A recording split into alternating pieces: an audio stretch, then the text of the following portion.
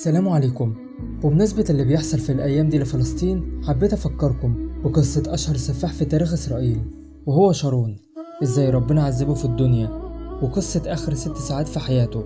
لو عاوز تعرف، تابع الفيديو.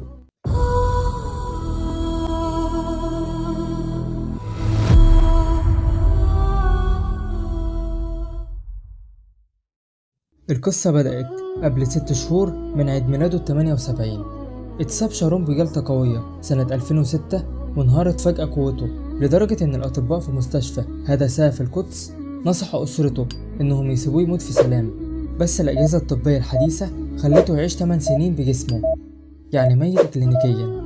جهاز المسح الضوئي وضح إنه كان عنده جلطة قوية صعب يصحى منها، ودخل في غيبوبة مدتها 8 سنين.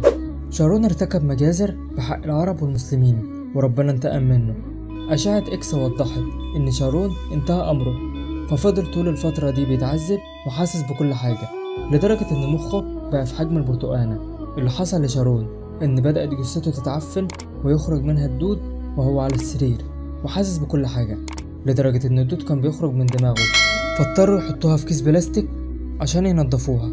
وبدأ جسمه يتحلل، وده اللي اتقال من أهله بعد موته بفترة. الصورة اللي كانت على النت كان مجسم يشبهه، بس الجثة الحقيقية كانوا مخبيينها، لأنه كان عايش على أجهزة تنفس وجسمه اتحلل بشكل سريع. وآخر 6 ساعات في حياته ظهرت الأجهزة إن في إشارات قوية جت من العين للمخ، وده دليل إنه كان شايف حلم مرعب جدا بناء على اللي ظهروا الأجهزة، بس طبعا ما يعرفوش هو كان بيحلم بإيه. وبعدها مات شر موته، وكأن ربنا انتقم للعرب والمسلمين منه، لأن ربنا قال في حديث قدسي: يا ابن آدم، حرمت الظلم على نفسي وحرمته بينكم.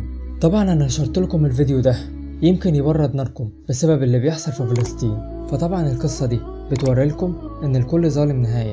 لو عجبك الفيديو اتمنى تشترك في القناة وتفعل زر الجرس علشان يوصلك كل جديد. مستني دعمكم. سلام.